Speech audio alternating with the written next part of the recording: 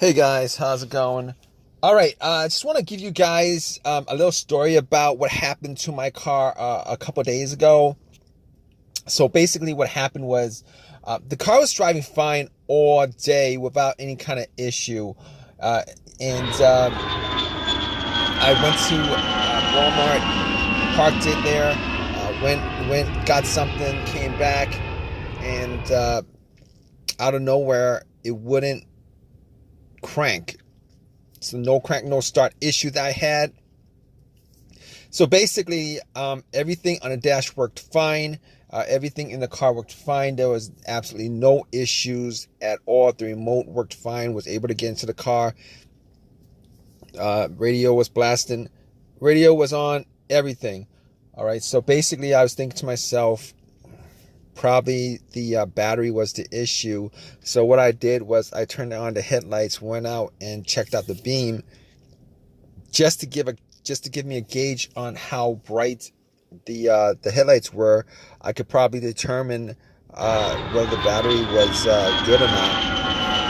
And the headlights were really bright. So right off the bat, I was thinking if they were that bright, I should at least get like a really slow crank if the battery was kind of low.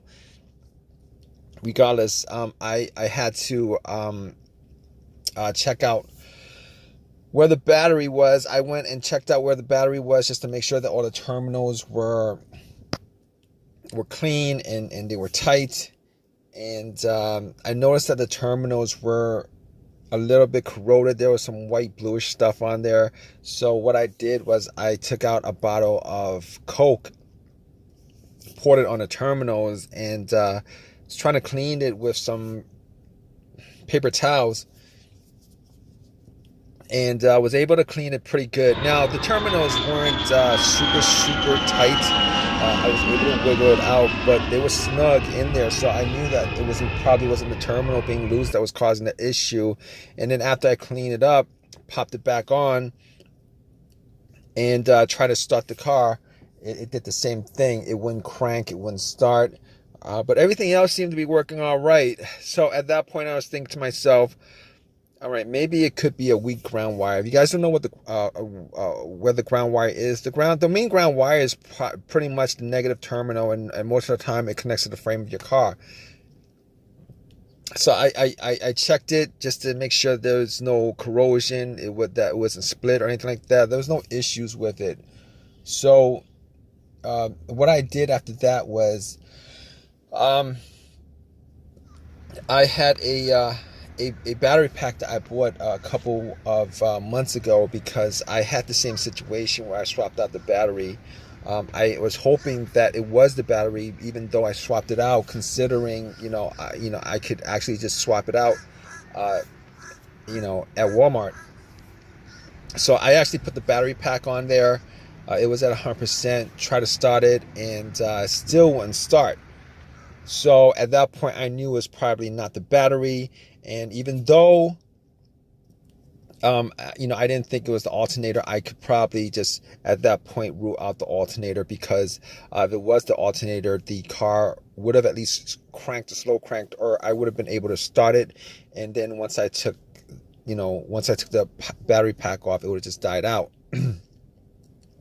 So at that point, I was able to rule out a bunch of stuff. I was able to rule out the battery, the ground cable, and the alternator, even though that probably wouldn't have caused the issue. So after going through that, I was thinking to myself, could it be something? Could it be the car's computer ECU? Because I did see a check engine light on my dash, and that check engine light was there. It's been there for a while, and I believe it was for a O2 sensor issue. Now, I did have an OBD2 that I bought from Walmart, and it was a $19 OBD2, one of the cheap ones, and I pretty much hooked it on to my OBD port, and trying to make sure that I was actually getting a connection between the car's computer and the car itself. It did scan all the way through. Now I'm pretty sure that that the OBD2 wouldn't actually pick up anything that would cause a no crank, no start situation for the most part, except if if if the car's ECU, the car's computer was, for some reason separated from the car. For what reason, couldn't communicate with the car. But anyway, regardless, I actually plugged it in. It scanned all the way through. Only code that popped up was the aux02 sensor code, and at that point, I was pretty sure that it wasn't anything to do with the car's computer, any codes that would cause it, and I actually had to move on to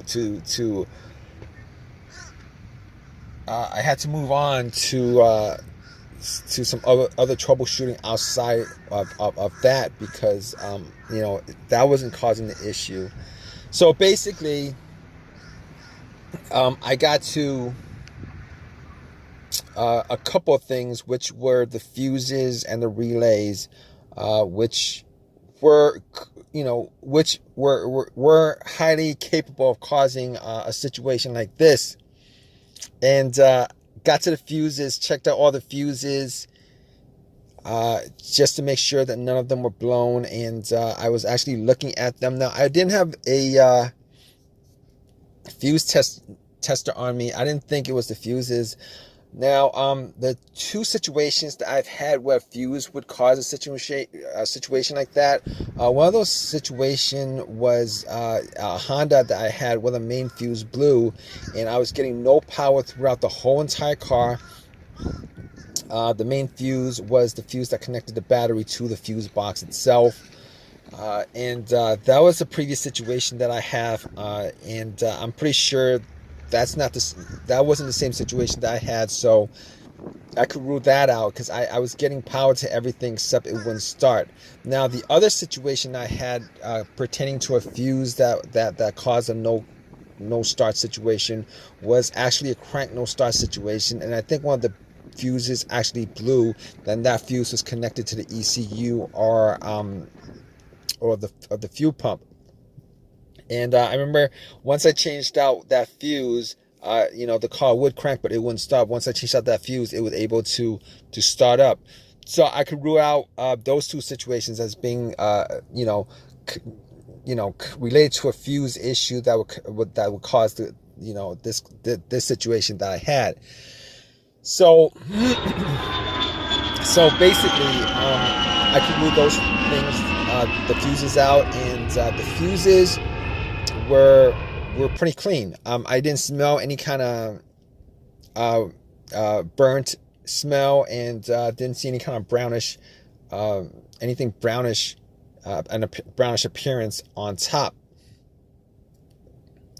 So at that point, I was able to kind of rule out the fuses, not at 100%, but I was able to rule out the fuses for the most part. So basically, at that point, I had a situation where I was maybe, it could have been the relays or the starter. That's what the two situations that came up.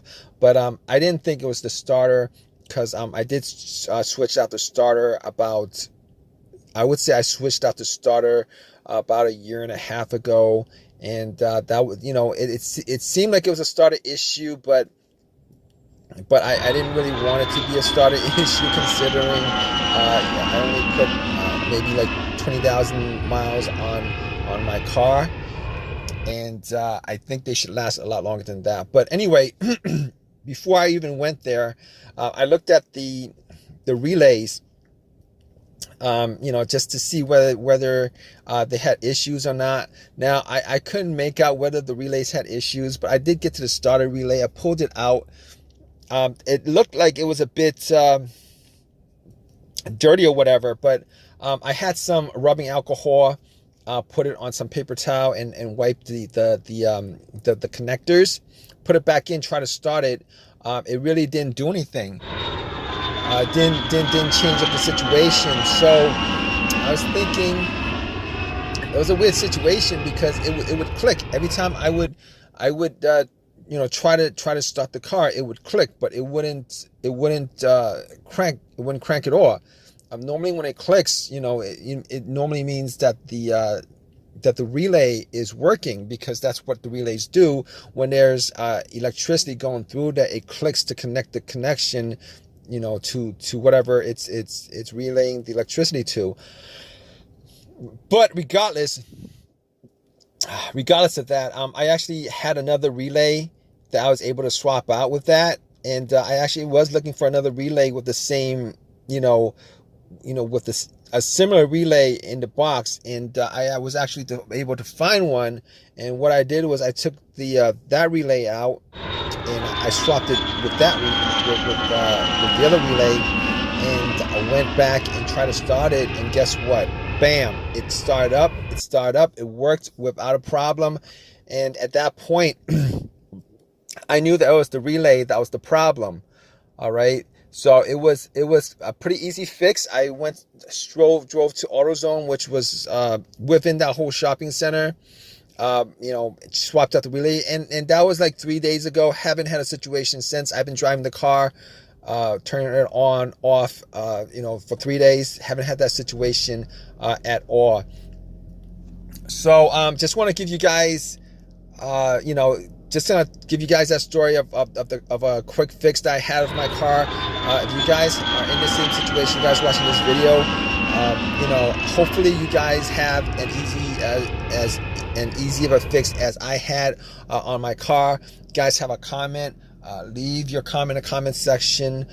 Please give me a thumbs up. Please subscribe. Like I said, if you guys are in the same situation, just go through the steps that I went through as far as trying to figure out, the situation with my car. And, you guys should be good as far as troubleshooting and diagnosing your particular problem. Take care.